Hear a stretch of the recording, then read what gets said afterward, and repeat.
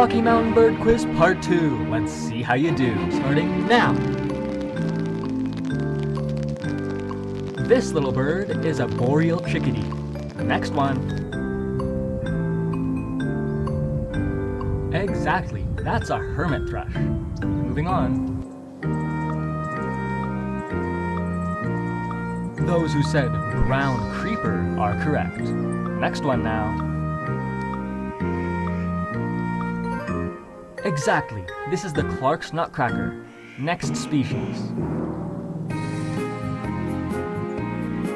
This little guy is a juvenile American robin. Nice work. And our final one. If you said spotted sandpiper, you would be correct. And that's all for this episode of The Birdman. Tell me what you got out of 6 in the comments, and I'll see you next time. Don't forget to like and subscribe.